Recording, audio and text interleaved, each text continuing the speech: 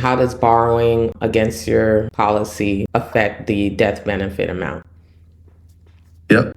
Okay, so I did do it one more time where I answered Yeah, that's fine.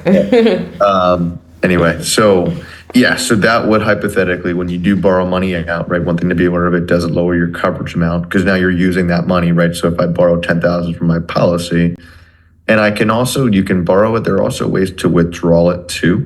So you don't always have to borrow. You can also withdraw money now. When you withdraw it, there's no interest at all cost, but you can't put that money back into the policy. Meaning that example, I withdraw 10,000 out of it. Now there's 10,000 in that policy still, but I can't ever put that money back in if I want to have more growth. But to answer that question, again, withdrawing would just be if you won't want to have any interest at all. To answer your question, then yes, death benefits. Hypothetically, let's say my coverage was 300 grand or 200,000, and I loaned out 10,000. If something were to happen, someone passed away. If I had a policy, I passed away. I just have to lower my face amount by the amount I borrowed out, meaning that 200,000 subtract out my $10,000 loan. Now my family would get 190 if anything happened to me. All right. Now, you did answer that. What is the minimum monthly contribution for an overfunded policy, right? Or what is the minimum of base? So, I mean, I didn't touch on that too much. So yeah, like, hey, that's a question people could have. Hey, how much do I have to put in the policy? How much would I put in? Of course, it'll vary, again, based on your situation. But when you're younger, often the minimum amount you can put in to have an efficient overfunded policy. And when I say, I guess it depends on your age, right? Like, let's say you're a child, right? Or for your kid, more so for your kids, that might be as small as like $80, $90, $100 a month, right? If you're still a child, as you're getting into your 20s, 30s, might be more so like low to mid 100s. And then as you get older over time, then it might be okay, 200 something plus to really have an efficient overfunded policy, cash value policy with life insurance. Now, again, that can vary based on situation, but typically you're going to need to be doing at least $100 a month into it. But it doesn't mean you have to be doing $400 a month if it's not doable in your budget. You can certainly do a lot less than that, whatever makes sense. And that scenario, that is that includes base insurance and the cash value. Yep.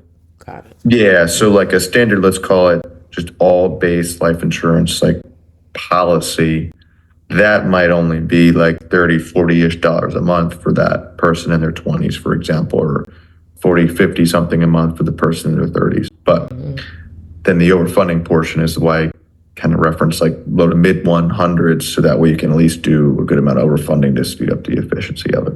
Right. Could you outline the benefits of taking out a policy for your children in case you can't qualify due to any health risks as a parent? Certainly. So that can be one thing that can be an issue sometimes, of course. Anything with life insurance term or cash value is going to be health dependent, right? They're going to ask some health questions just to make sure that you're not secretly hiding anything, about to pass away in the hospital every few months, right? They're going to ask some questions about that. So for some reason, and most people, the majority of the people in America can get approved. Most people can, not everyone, but most people can get approved.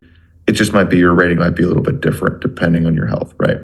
But for those people that can't get approved, there always is a possibility that you can have a policy on a child instead.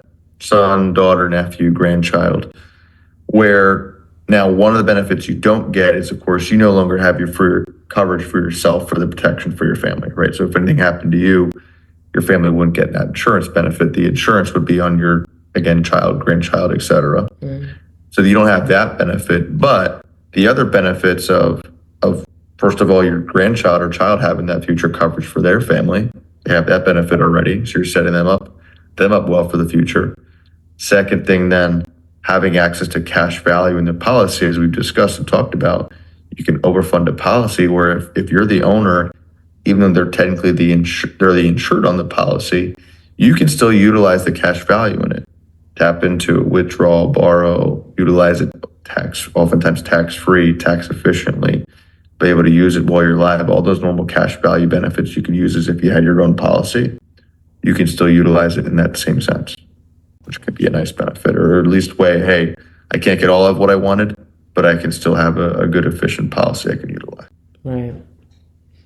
And then you're the owner, so that child, nephew, granddaughter can't just say, hey, I want to own the policy and get the cash value benefits. Yep. It's you're the owner of it, so it's on you, not them. Now, to that question, yes, in the future, let's say now they're, they've grown up, they're working their career, their job, they're in school, they graduate, whatever.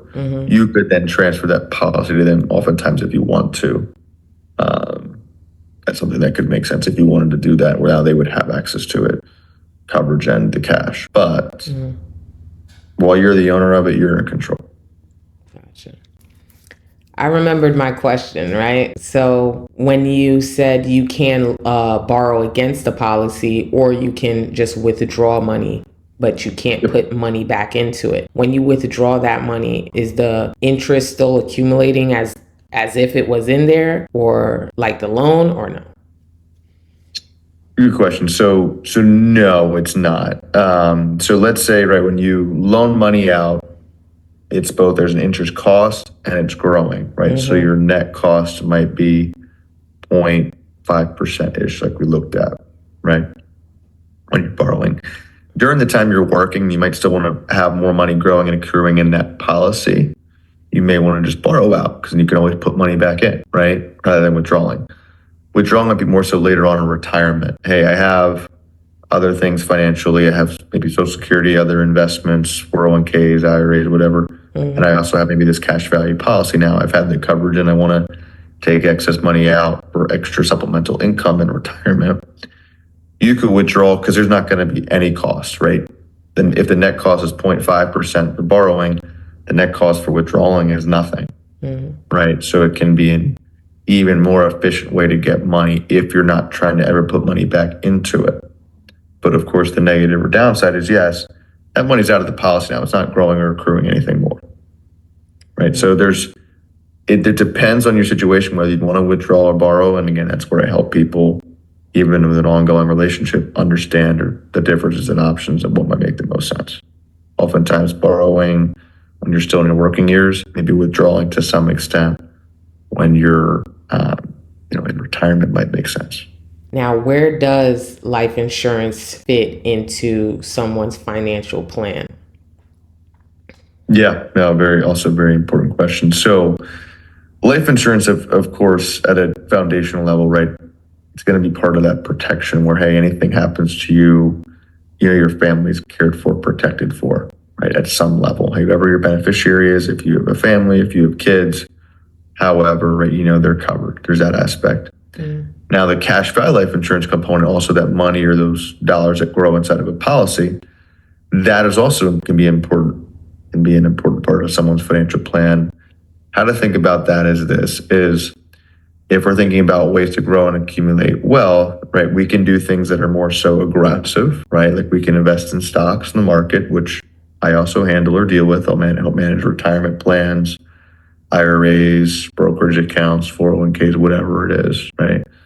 That money typically can get us a good amount of growth potential, can go up a lot, but it can also go down and lose money, right? So those are more aggressive vehicles. A lot of them are more long-term, especially vehicles that have volatility or risk to them, right? Cash value life insurance, if you're using the correct policy, that money inside of that policy at any point will always be guaranteed. So it'll be a safer option to grow and accumulate wealth. Oftentimes people like to have a little bit of both, right? Maybe in their aggressive, they have, IRAs, 401ks, brokerage accounts, stocks, etc., mutual funds, whatever it might be. And then safer pockets might be things like high yield savings accounts for short-term things, where they can utilize life insurance for both that coverage and also that cash value, where it's going to be something that's safe and also tax efficient over time they can utilize, and would be especially important.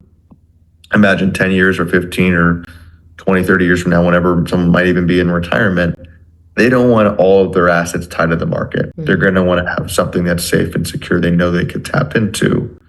Even if we have a 2020 pandemic again, or a 2008 or whatever, they know that money would be safe and secure they could tap into. That's where that would fit in as far as that, both of course the coverage and also a safer tax efficient segment. All right, that's all my questions. If you could go over, like I mentioned before, you opened up my policy, did one for my son as well. If you can go over my policy and how I'll accumulate cash value in upcoming years. But I think, it's important, and we'll go through the numbers here. Also important, as we talked about before, to understand the background, the inner workings of the policy, even before you look at any numbers. Yeah. Right? So have that background first. And then now when we look at the numbers, they make sense. So let me pull this up here. And I think at this point, you've had it for almost a year or so, maybe not quite, but probably, so still in the earlier stages of the policy. Now, if we pull this up, I'm showing my age. I'm damn near 40 now. Well, no, so you were trying to hide that you're still in your 20s. You can't hide that anymore. But it's the only thing that'll be exposed here. That's all right. But so give a laid out understanding of this policy, right? This is an overfunded policy, right, Beatrice, that she has. Obviously, being in her case, it would say, how do we overfund it as much as possible and make it as efficient as possible? Was this example, right? So in this case, her coverage amount, the permanent life insurance coverage, starts up at $55,000. So not a ton of coverage up front, but then it grows by a lot over time, right? And also a quick side note or sidebar, she was able to have where she not only had this, but hey, Tom, I want a little bit more overall coverage in that. To start off with, we could add on that term rider that gives an extra $200,000 of coverage for $5 a month. So she has that 50,000, 55 plus this 200.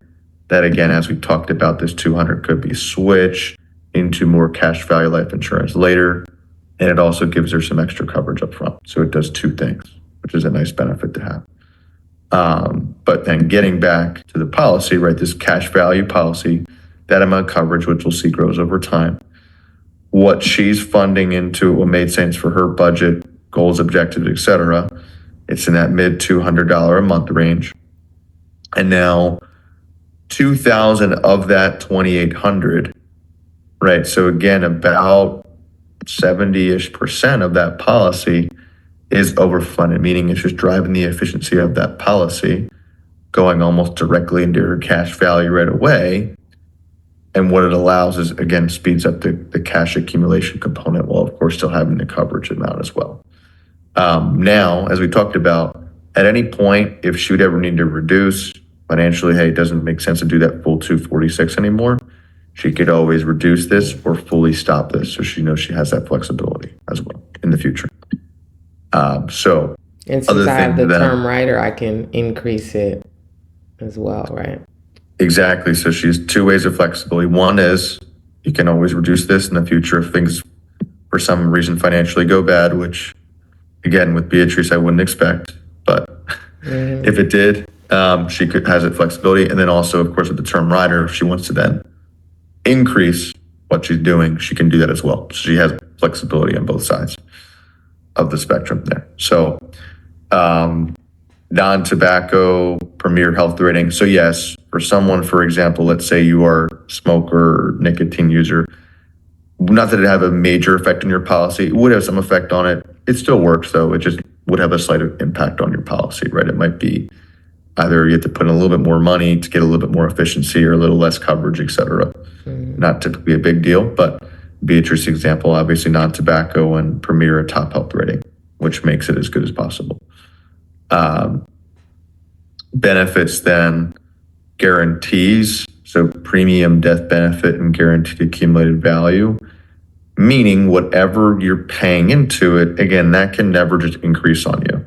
That's guaranteed. You have the right to decrease it or the right to later increase it if you have the term rider, but you never have to increase it. So that's nice to know.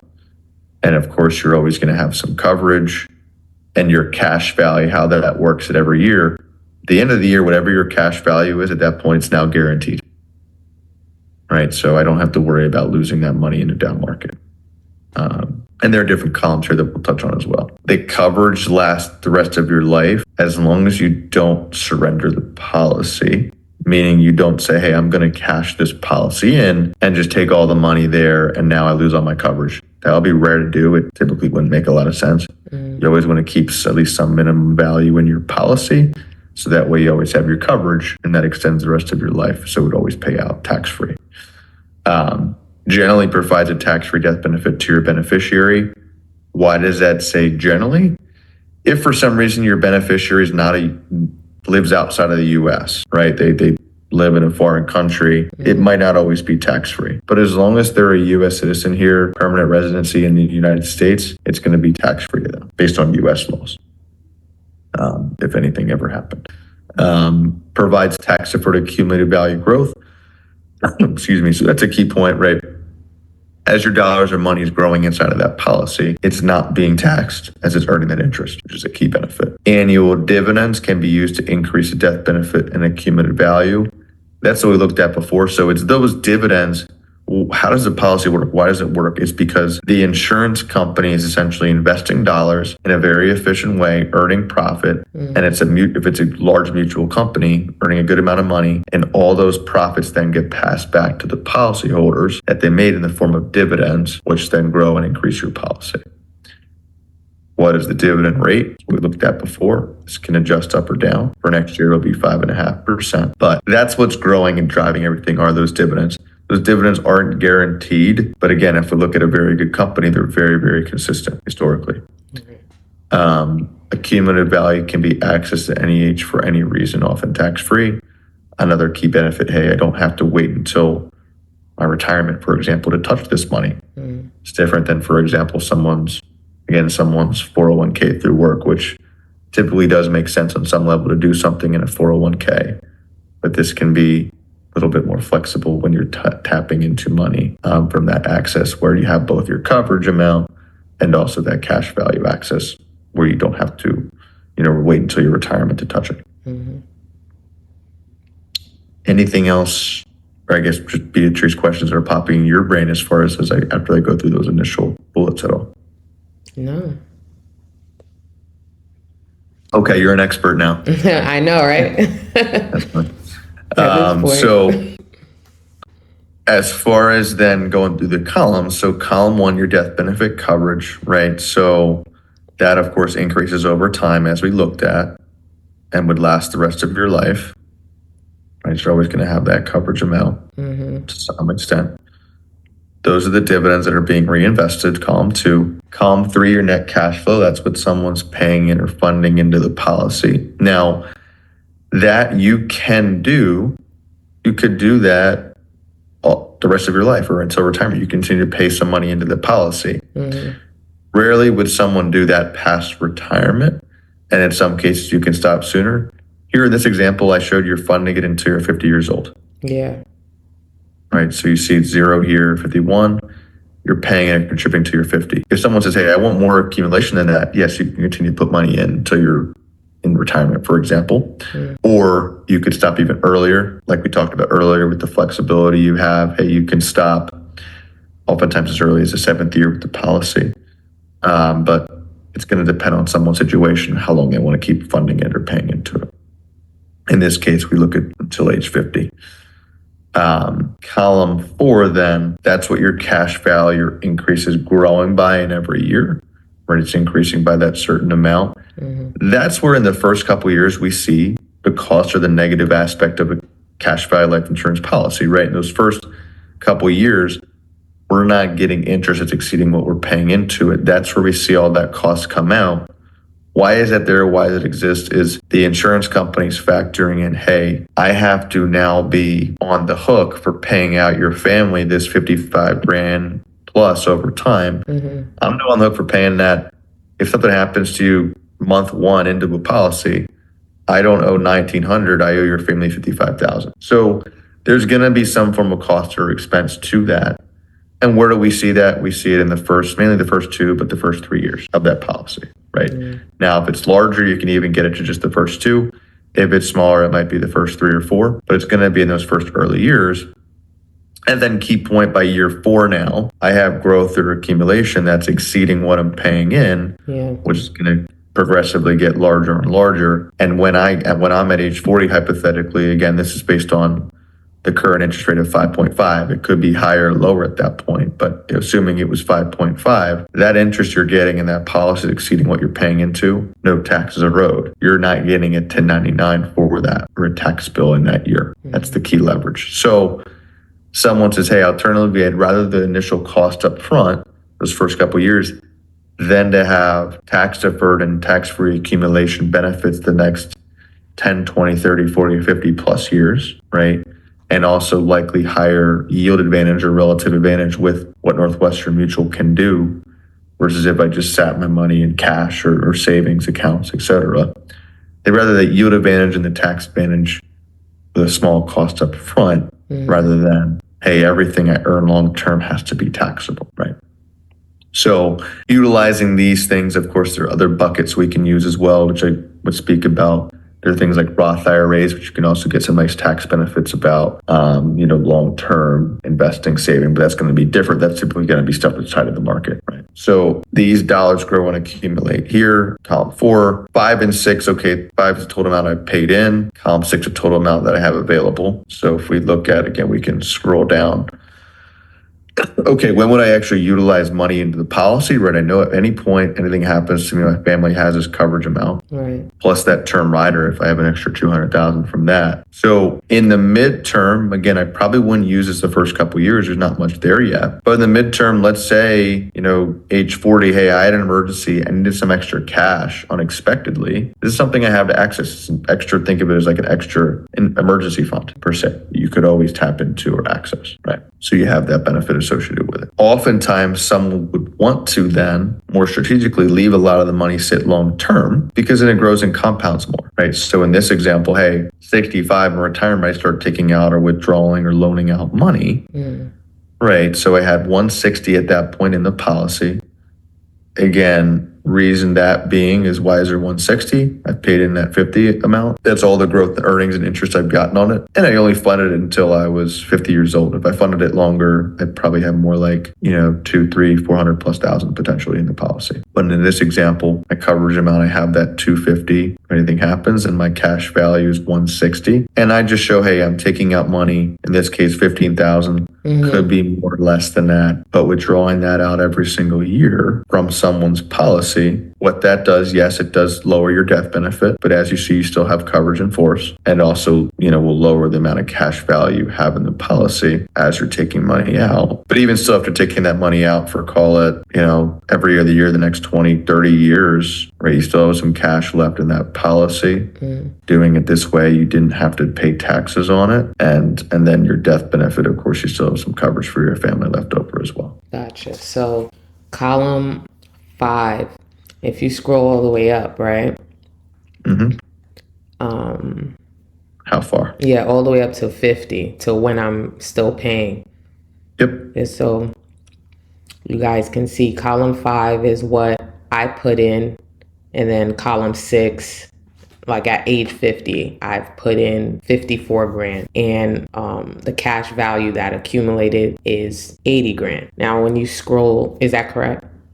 Yep. Exactly. Again, and this is assuming it's 5.5. When we looked at the averages, it's been in between 5.5 to 6 long term. So it could be a little higher or lower, but assuming it's around what it's always been historically, it would be yes at 80,000. Right. And that's at about $2,800 a year that I'm contributing, and you can always contribute more. So if you contributed more, then your cash value accumulation would have been more. Correct. And if you scroll down, like you said, after age 50, I stopped paying into it, and it's still growing, right? So at 51, correct. Yeah, at age 51, column 5, it stays the same at 54,000, because in column 3, I'm not adding anything in there, but the cash value is still going up. So imagine if, like you said, I was still contributing every year, then that column 6 would be a lot more. He's just showing us me not contributing anymore, but my cash value is still increasing by a good amount too. Exactly. The key was to show you the flexibility. Hey, you can stop early again. Yes, you could put in money longer for sure into it. And you can put even more. Like, how much can you put in per year? Like, is there a max or? Good question. Yeah, there is no max on it. There's, again, very wealthy individuals will put large amounts into life insurance, oftentimes for the unique tax treatment it gives, both in the coverage and cash accumulation benefits. There's not going to be a max into the policy they can do. It's unlike other things that typically have max limits. Yeah. Like a Roth. Yep. Yeah. All right. That's awesome. That's, like I said, that's what really sold me, especially the fact that you can stop putting money in and still get accumulate cash. For me, I know if my income increases, I would definitely want to increase my contribution. Sure. Yeah, and that's where we know, right, you just have this term rider where you can always take that, and that's how you're able to add more, because you switch some of this into more of the cash value. Yeah. So without any more underwriting. So correct. But no, that's a key. All you do is sign a form. Don't have to get your health evaluated at all. Cool. Yep, cool. So if you could briefly show them, say if it was a 3-year-old, my son, which we just put a policy out on him, how it would look. Yep, for sure. Accumulating cash. So if we look at, then again, now we're, in this case, it's around $300 a month. Everything works pretty much the same. It's just that younger person, because they're very young, they're going to have higher coverage amount up front, which again grows. And the cash value can be even more efficient, potentially, growing over time. So by the time, for example, is... my age. I'm showed here 55. Okay. So imagine he's 55. He has over $1 million in coverage in this example. Yeah. His cash value by 56 is $800,000. And he put in 170. 177. So that's like, how many times your money? 4 times? More than 4. Yeah. But about 5. About 5. I had to do some quick math in my brain there. Little less than 5 times. About 4.5 times. That's crazy to see.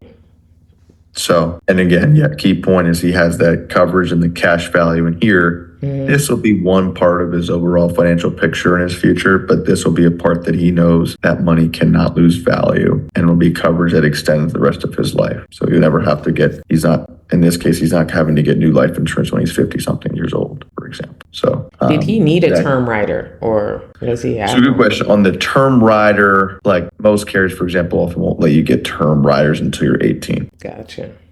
So we couldn't do a term rider for him. It's still a good policy though. Double mine, so. Yeah, well, he has to compete with mom. He's gonna do what he can. No, I guess anything else would be helpful for me to answer, talk about as we kind of wrap up at all. No, I feel like you covered it all. If you can let us know where to find you, how to reach you. Sure.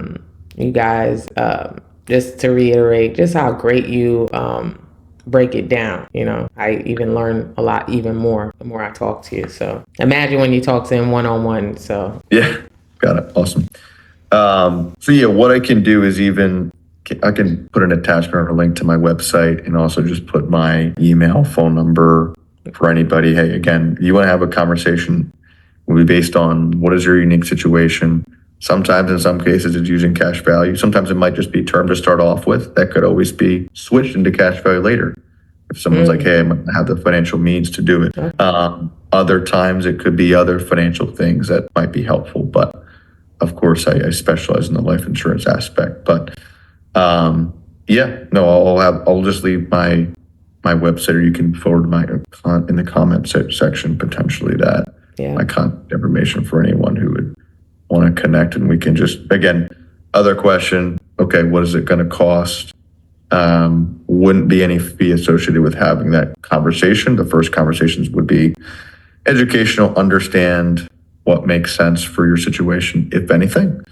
And then ongoing from there, again, not cost any conversation, no fee with that. Whatever company we wind up utilizing and helping you get the most efficient policy possible, they would compensate me on the back end. So that's how I would be compensated, right? So incentive is to get the best company, best policy possible. Because if someone, was utilizing an inefficient policy, they realize 2 years later and they stop the policy, I don't really get compensated much, right? It's more so getting someone a policy that can last their lifetime, or at least for a while. Right. It's very efficient. So if we would have a conversation, just so people know, they wouldn't be charged just to talking to me. Okay. Can ask me questions and stuff. Yep, same here. I do free consults, y'all. Yep, exactly. As a business owner, right, that's the best way to at least have initial educational conversation. Yeah. So, awesome. All right. Well, thank you so much for your time educating us. Yes, and I'd also say check out Beatrice, the rest of her channel. I know I watched some of the other videos too on other things business related. Has been at least helpful. I can share with my clients as well. So. Oh yeah, definitely. Small plug for your. Go ahead, say that again. I'm sorry. I was just saying, no, just a small plug for your channel there. Oh yeah, definitely check out my website. Got a couple of products there. If you need a virtual assistant, need more help, need a startup business blueprint, check the link in the description. All right. All right. Well, good talking again, and we'll be in touch soon, I'm sure. Yeah. Thanks again, and you have a good one. You too. All right, bye.